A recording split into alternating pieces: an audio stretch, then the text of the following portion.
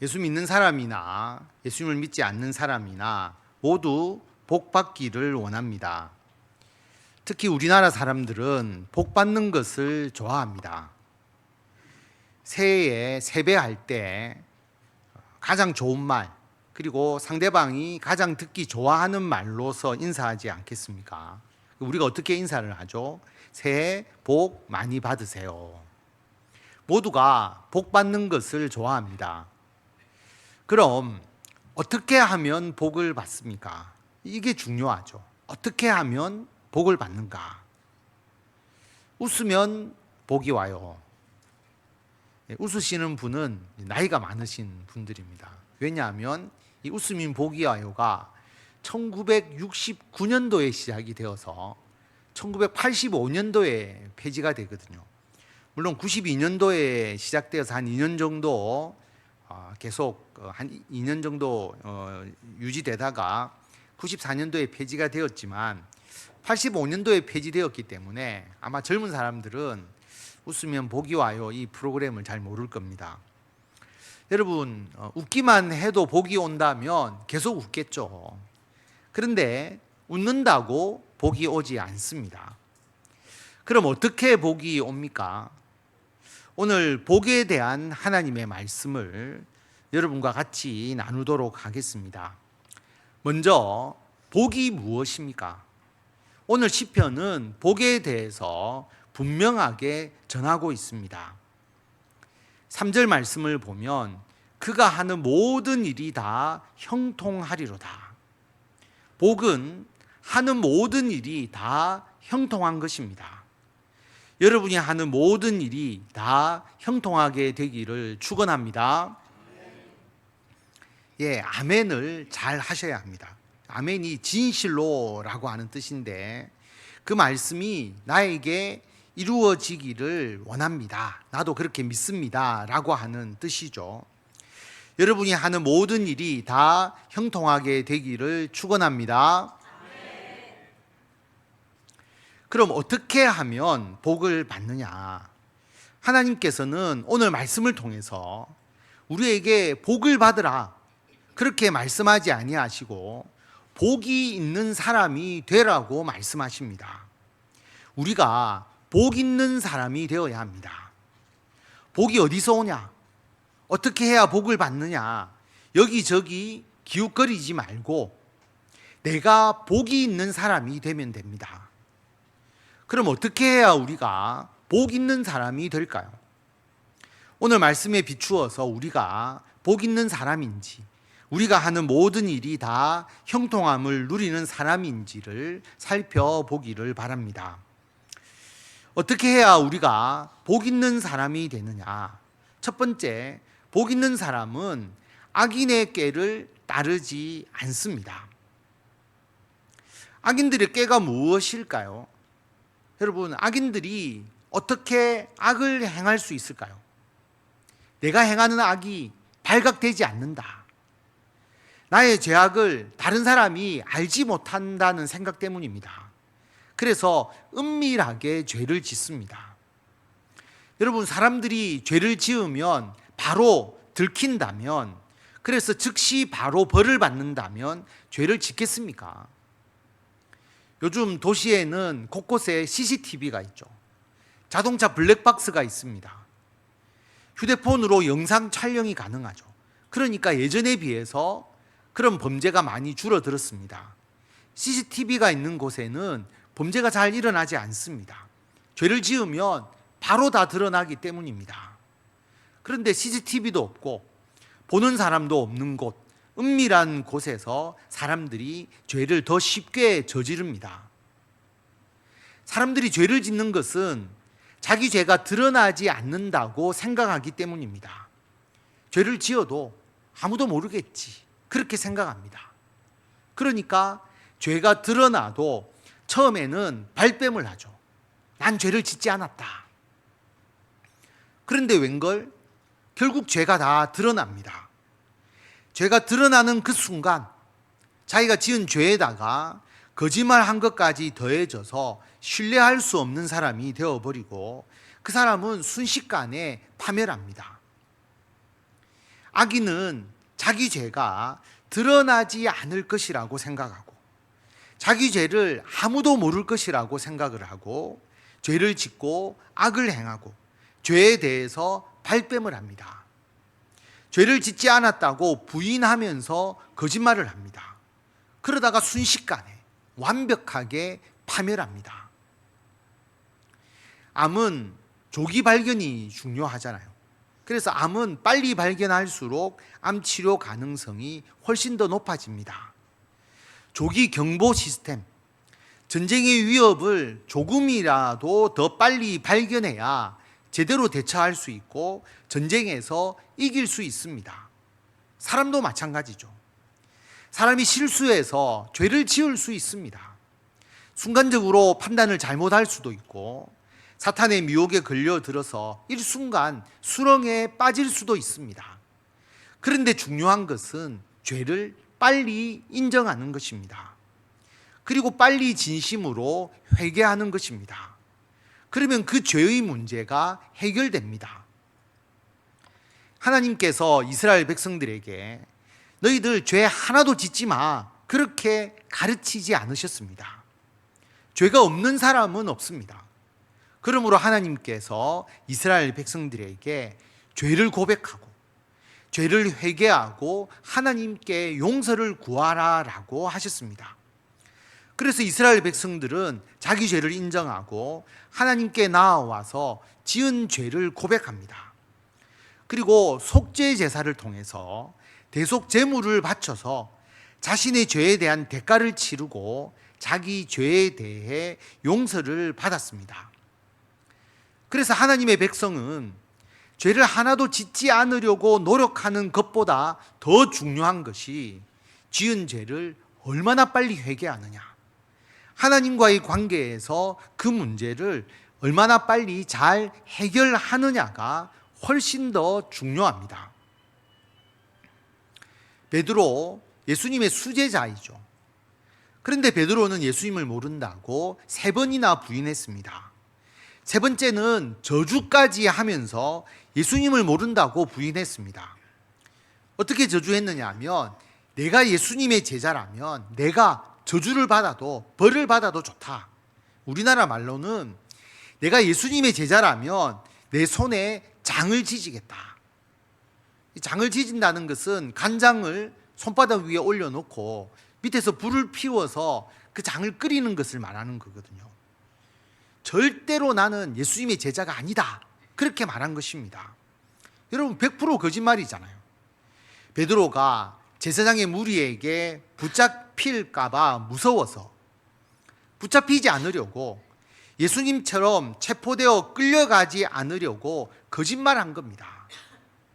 거짓말한 것 죄죠. 뿐만 아니라 예수님의 제자인데 자기는 죽기까지 예수님을 따르겠다라고 했는데 예수님의 제자가 아니라고 맹세까지 했으니까 큰 죄를 지었습니다. 그럼 베드로는 언제 회개를 했습니까? 베드로가 예수님을 모른다고 3번째 부인한 그때에 닭이 울었습니다. 닭 울음 소리가 난 그때에 예수님께서 몸을 돌이키셔서 베드로를 보셨습니다. 누가복음 22장에 보면 예수님께서 돌이켜서 베드로를 보시죠. 베드로가 주의 말씀 곧 오늘 닭 울기 전에 내가 3번 나를 부인하리라 하심이 생각나서 밖에 나가서 심히 통곡합니다.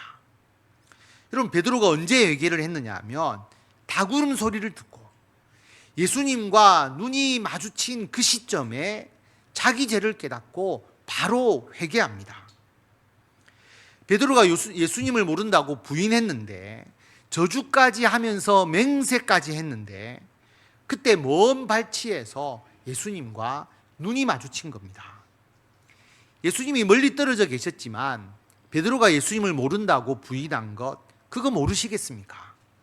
알고 계시니까 닭 울음 소리가 난 그때에 몸을 돌이켜서 베드로를 보신 것입니다. 예수님께서 왜 베드로를 보시고 눈을 맞추셨습니까? 예수님과 마지막 만찬을 할 때에 베드로가 이렇게 말했거든요. 모두 주를 버릴지라도 나는 결코 버리지 않겠습니다. 예수님께서 너 오늘 밤 닭 울기 전에 너가 3번 나를 부인할 것이다. 예수님, 내가 주와 함께 죽을지언정 주를 부인하지 않겠습니다. 그래서 예수님께서 먼 발치에서 몸을 돌이키셔서 베드로와 눈을 맞추셨습니다. 예수님께서 분명히 사랑스러운 눈빛으로, 그러나 긍휼히 여기시면서 베드로를 바라보셨을 것입니다. 그러니까 베드로가 예수님 앞에서 얼마나 부끄러웠겠습니까? 예수님께서 모든 것을 아시고 바라보시니까 가슴이 덜컥 내려앉고 양심이 가책이 되어서 몸둘 바를 몰랐습니다. 그리고 즉시 회개했습니다. 여러분, 베드로가 즉시 회개하지 않았다면 어떻게 되었을까요? 계속 나는 예수님의 제자가 아닙니다 라고 거짓말을 하고 다니거나, 아니면 자기가 거짓말을 하는 것 때문에 부끄러워서 예수님을 계속 피해 다녔겠죠. 그러면 위대한 사도가 될 수 없었을 것입니다. 분명 거짓말하고 예수님 모른다고 부인하고 죄를 지었지만 즉시 회개하니까 예수님께서 베드로의 모든 죄를 용서하셨습니다. 그리고 베드로는 위대한 사도가 되었습니다. 이스라엘의 가장 위대한 왕 다윗, 그 다윗도 전쟁에서 승리를 하고 나라가 평안해지니까 마음이 나태해지고, 그러다가 우리아의 장군의 아내 바세바를 보고 음욕을 품었습니다.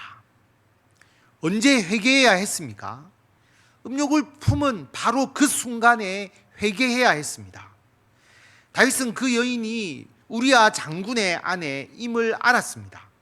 우리아는 다윗의 충성스러운 장수입니다. 자신을 위해서 목숨을 바치면서 전쟁터에 나가는 장수의 아내를 보고 자기가 음욕을 품었을 때 회개해야 했습니다.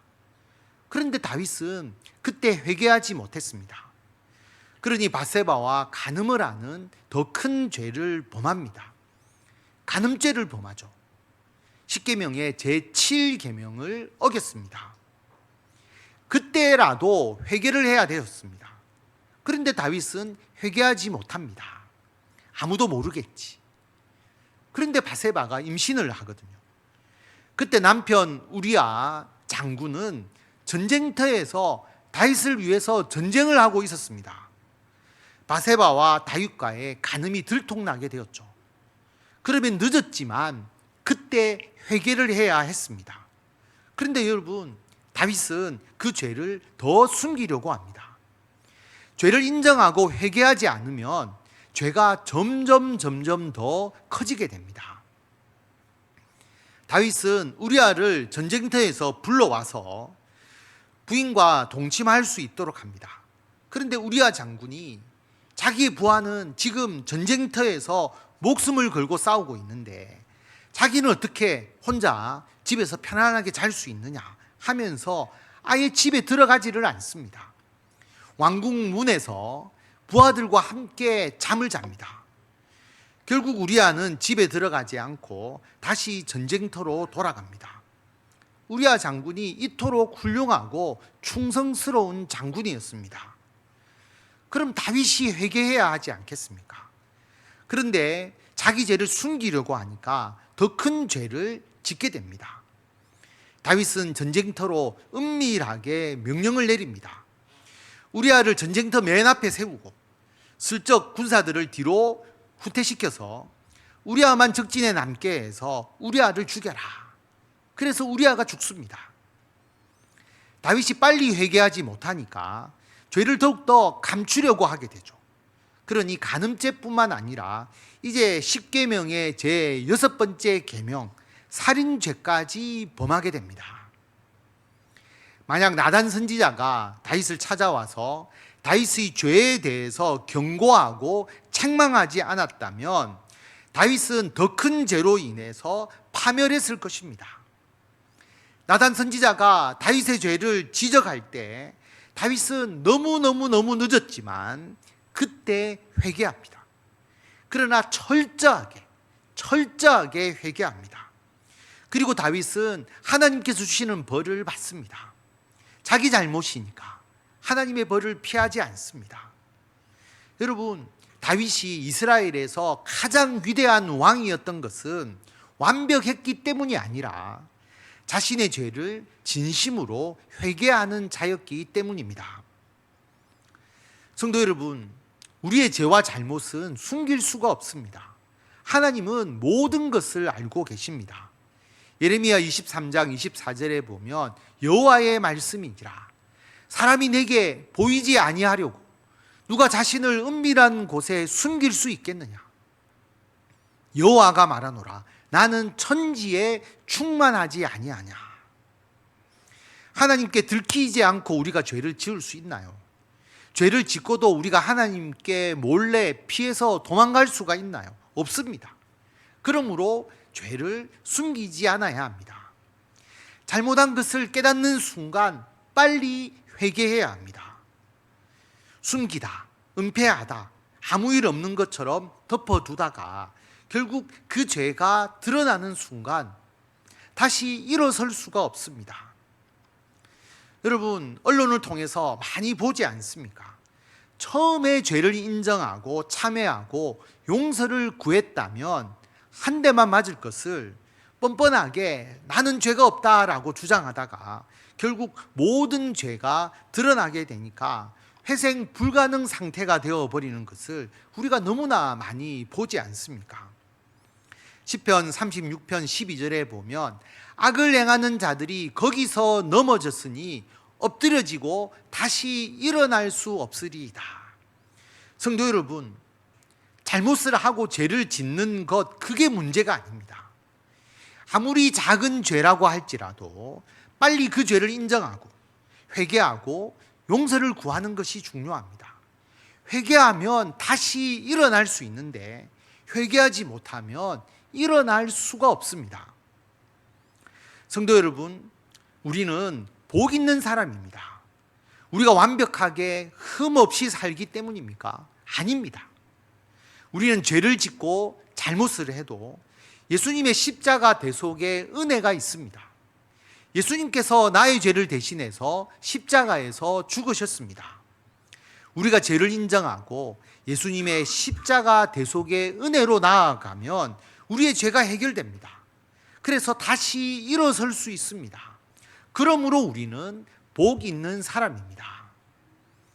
죄를 인정하고 회개하고 예수님께 나아가니까 우리가 하는 모든 일이 다 형통하게 됩니다. 완벽하게 일을 잘해서가 아니라 실수하거나 잘못하거나 여러 가지 문제를 일으켜도 예수님 안에서 모두 다 해결되기 때문입니다. 요한일서 8절에 보면 만일 우리가 죄 없다고 말하면 스스로 속이고 진리가 우리 속에 있지 아니하는 것이고, 만일 우리가 우리 죄를 자백하면 하나님께서 미쁘시고 의로우셔서 우리 죄를 사해 주시고 우리를 모든 불의에서 깨끗하게 해 주십니다. 죄가 없다고 생각하는 사람은 교만한 사람이죠. 그래서 복 있는 사람은 오만한 자들의 자리에 앉지 아니하다. 오만한 사람은 자기는 죄가 없다, 나는 잘못이 없다라고 생각합니다. 그러니까 항상 다른 사람을 비판하게 되죠. 너가 잘못했다. 그런 사람을 만나보면 교만과 오만이 말과 행동에서 드러나게 됩니다. 그런 사람은 복 있는 사람이 아니니까 형통하지 못합니다. 여러분, 지위로 인해서 오만할 수가 있습니다. 오만한 자의 자리에 앉는다. 높은 지위를 가지고 권력을 가지면 오만해지고, 그리고 지위가 뭐 그렇게 대단한 지위도 아닌데, 대단한 권력을 가진 것도 아닌데 자기가 지위가 높고 권력을 가졌다고 착각을 하게 되면 오만한 자의 자리에 앉게 됩니다. 오만한 자는 자기 잘못을 인정하지 않죠. 숨기려고 합니다. 또 자기가 벌받지 않도록 자기의 지위를 이용해서 자기의 죄를 해결할 수 있다고 생각합니다. 그래서 범죄를 조작하고 죄를 덮으려고만 하게 되죠. 그런 사람은 복 있는 자가 될 수 없습니다. 형통하지 못합니다. 자기의 잘못을 인정하지 않는 사람은 예수님의 십자가의 대속의 은혜를 누릴 수 없기 때문입니다. 그러므로 여러분, 우리는 오만한 자의 자리에 앉아서는 안 됩니다. 교만을 벗어던지고 지극히 작은 것이라도, 조그만 잘못이라도 그 잘못을 인정하고 회개하고 예수님의 은혜를 힘입어 늘 감사하는 사람이 복 있는 사람입니다. 복 있는 사람은 죄인들의 길에 서지 않습니다. 이 죄인들의 길에 선다. 여러분, 죄를 지을 때 혼자 죄를 짓는 경우는 잘 없습니다. 이 죄라고 하는 것이 분위기를 타거든요. 나뿐만 아니라 나와 똑같은 죄를 짓는 사람이 한 사람, 두 사람 많아질수록 죄를 지어도 마음에 안도감이 생깁니다. 죄를 더 쉽게 짓게 되죠. 여러분, 이단과 사이비에 빠진 사람들 왜 쉽게 빠져나오지 못하는 줄 아십니까? 이렇게 많은 사람이 이만희를 재림 예수의 영이 임한 자로 믿고 있는데, 이렇게 많은 사람이 이만희가 안 죽는 것으로 믿고 있는데 설마 틀리겠나? 똑똑하고 많이 배운 사람도 그렇게 믿는데 맞겠지.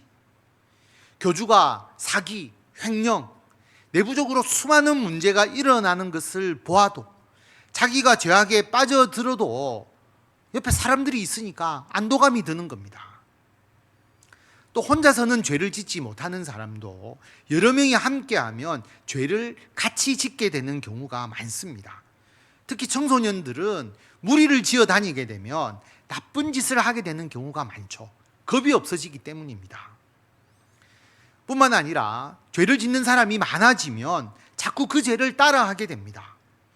분명 불법적인 것을 알고 있지만 누가 대박을 쳤다 하고, 그렇게 해서 돈 번 사람이 많다고 하니까 나도 해야지, 그렇게 되어버리는 것이죠.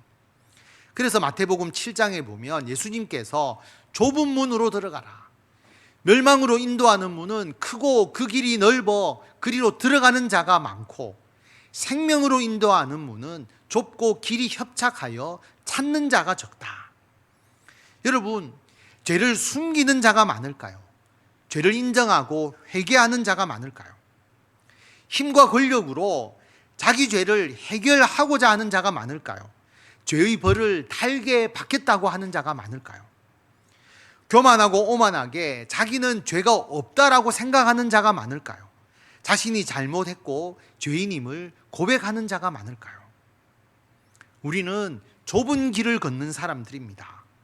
예수님을 믿고 오히려 나의 죄를 인정하고 고백하고 예수님의 십자가 대속의 은혜를 받기를 원하고 회개해서 그 죄에서 벗어나서 예수님의 말씀 안에서 살겠다고 결단하는 사람들입니다. 이런 복을 지속적으로 받아 누리기 위해서 해야 될 가장 중요한 것, 시편 1편 말씀 2절에 보면 오직 여호와의 율법을 즐거워하여 그의 율법을 주야로 묵상하는도다. 하나님의 율법을 즐거워하고 그 율법을 주야로 묵상하면 죄를 전혀 짓지 않거나 완벽한 사람이 되는 것이 아닙니다. 지극히 작은 죄임에도 불구하고 그 죄를 크게 여기고 그 죄를 인정하고 회개하고 예수님의 십자가 대속의 은혜에 의지합니다. 오만하지 않고 항상 겸손하고 남을 나보다 더 낮게 여깁니다. 아무리 많은 세상 사람들이 죄의 길을 걷는다고 해도 그렇게 해서 그 사람들이 성공을 하든 안 하든 잘 되든 잘 안 되든 관계없이 하나님 안에서 올바른 길을 걸으려고 합니다. 그러니 하나님의 말씀을 듣고 묵상하는 사람은 복 있는 사람이 됩니다. 그래서 어떻게 됩니까? 3절 말씀, 우리 다 같이 이 말씀 읽도록 하겠습니다.